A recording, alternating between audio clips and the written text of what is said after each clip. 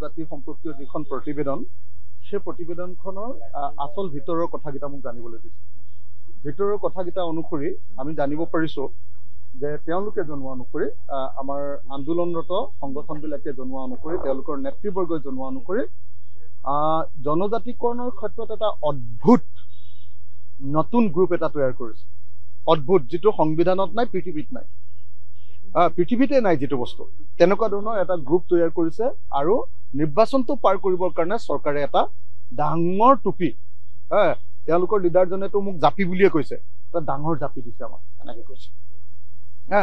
সেই অনুসৰি কৈছে যে মৰাণ মটক আৰু গোৱালপাৰাৰ মৰাণ মটক আৰু গোৱালপাৰাৰ মোক জনোৱা অনুসৰি কোচ ৰাজবংশী তেওঁলোকক জনজাতি হিচাপে দিব পাৰি বুলি plains tribal plains ST plains সেইটো ৰূপে দিব পাৰি বুলি প্ৰতিবেদন আহিছে তেওঁলোকে জনোৱা অনুসৰি আৰু তেওঁলোকে জনোৱা অনুসৰি তেওঁলোকে কৈছে যে বাকি জাতিবিলাকক আহোমসকল চুতীয়াসকল তাৰপিছত কোচ ৰাজবংশী যিখিনি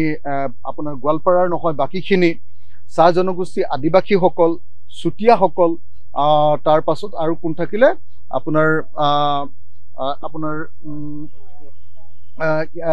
টাই আহোম চুতীয়া তাৰপিছত আদিবাসী চাহ জনগোষ্ঠী তাৰ পাছত থাকিলে হেৰি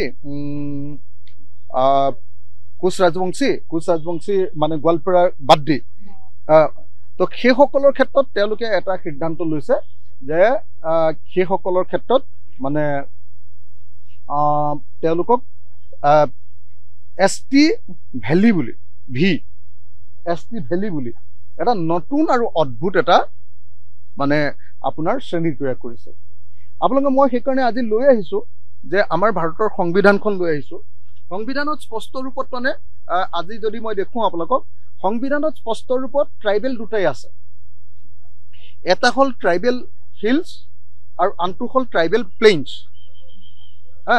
মানে ভৈয়াম জনজাতি আৰু পাহাৰীয়া জনজাতি দুটাই আছে এতিয়া অদ্ভুত ধৰণে এওঁলোকে নিৰ্বাচনটো পাৰ কৰিবৰ কাৰণে ভৈয়াম জনজাতি আৰু পাহাৰীয়া জনজাতি এই দুটাৰ পৰিৱৰ্তে পৃথিৱীৰ ক'তো নথকা আজিলৈকে কোনেও শুনি নোপোৱা পৃথিৱীৰ ক'তো নথকা আজিলৈকে কোনেও শুনি নোপোৱা আৰু ভাৰতৰ সংবিধানত কোনোদিন অন্তৰ্ভুক্ত নোহোৱা তেওঁলোকে ট্ৰাইবেল ভেলি বুলি এটা নতুন বস্তু তৈয়াৰ কৰিব কৈছে তেওঁলোকে কৈছে যে য'ত মানে যেনেকৈ ধৰক BTADত যিসকল জনজাতি লোক আছে তাত মানে এই ভেলিৰ মানুহবিলাকে আৰু ক'তো আসন সংৰক্ষণ নাপাব জনজাতিৰ যিসকল লোক আছে তেওঁলোকে আৰু আসন সংৰক্ষণ নাপাব তো এতিয়া মোৰ প্ৰশ্নটো হ'ল যে যিটো বস্তু 2019 চনত কা আন্দোলনৰ আগে মোৰ লগত আজি কপিটো মই আপোনালোকক দি দিম এটা কপি আপোনালোকক যে 2019 চনত ভাৰতৰ ৰাজ্যসভাত মই নিজে সেইদিনা ৰাজ্যসভাৰ গেলেৰীত উপস্থিত আছিলোঁ সেইদিনাত 6টা জনগোষ্ঠীক জনজাতিকৰণৰ কাৰণে সেইদিনা বিধেয়ক উত্থাপন হৈছিলে বিধেয়কখন কেতিয়া উত্থাপন হয় যেতিয়া সকলো ডিপাৰ্টমেণ্টে পাৰ কৰি দিয়ে যে এই 6 জনগোষ্ঠীক জনজাতিকৰণ কৰিবৰ কাৰণে সকলো বৈশিষ্ট্য আছে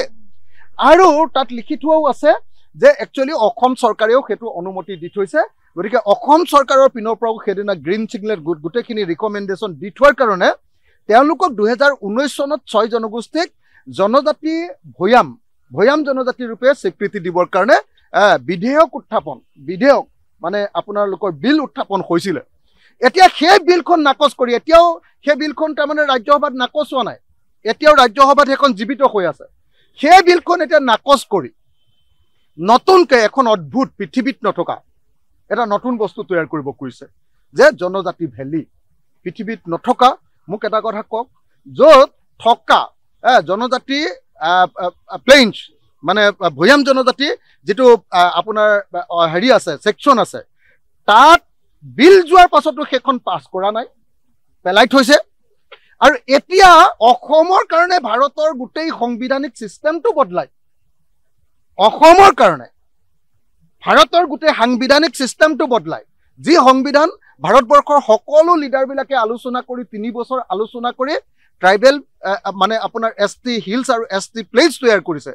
তাত অসমৰ পৰা তেওঁলোকে ভেলি নামৰ এটা বস্তু তৈয়াৰ কৰিছে এইটো এটা টুপি সেইকাৰণে মই আন্দোলনৰত প্ৰত্যেকটো সংগঠনক আহ্বান জনাওঁ যে কোনোপধ্যে চৰকাৰৰ এই নিৰ্বাচনী টোপত যাতে কোনেও ভুল নাযায়। আমি 6 জনগোষ্ঠীৰ জনজাতিকৰণ পাব লাগিব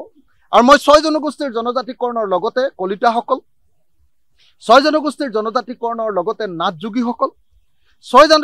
জাতিৰ জনগোষ্ঠীৰ জনজাতিকৰণৰ লগতে মদাসী জনগোষ্ঠীৰ লোকসকলক জনজাতিকৰণ কৰিবৰ কাৰণে দাবী উত্থাপন কৰিছোঁ আৰু লগতে মই দাবী উত্থাপন কৰিছোঁ যে অসমক ট্ৰাইবেল ৰাজ্যৰূপে ঘোষণা কৰা হওক। আৰু মই দাবী উত্থাপন কৰিছোঁ যে ভাৰতৰ সংবিধানৰ 371 ক এইটোৱে হ'ল অসমীয়া জাতি জীয়াই থাকিবৰ কাৰণে যিমান আন্দোলন কৰিছে, আলফাৰ আন্দোলন, আছুৰ আন্দোলন, AJCPৰ আন্দোলন, কৃষক মুক্তি সংগ্ৰাম সমিতিৰ আন্দোলন, যিমান আন্দোলন কৰিছে সব আন্দোলনবিলাকৰ যদি সঁচাকৈ ৰিজাল্ট পাব লাগে, অসমীয়া জাতিয়ে যে আত্মনিয়ন্ত্ৰণৰ অধিকাৰ দাবী কৰি আছে, তেতিয়াহ'লে এটাই ভাৰতৰ সংবিধানত ধাৰা আছে, আৰ্টিকুল আছে, সেইটো হ'ল 371 ক 371A। 371A টো কাক দি থৈছে? নাগালেণ্ডক। নাগালেণ্ডক কি দি থৈছে? নাগালেণ্ডক মাটিৰ অধিকাৰ, যে নাগালেণ্ডৰ মাটিৰ অধিকাৰ কেৱল কেন্দ্ৰীয় চৰকাৰে ল'ব নোৱাৰে, অকল নাগালেণ্ডৰ হাতত আছে। আৰু মাটিৰ তলত যিমান সম্পদ আছে, তেল, কয়লা, চুনিল যিমানবিলাক আছে, সেই সম্পদৰ অধিকাৰ কেৱল নাগালেণ্ডৰ জনগণৰ।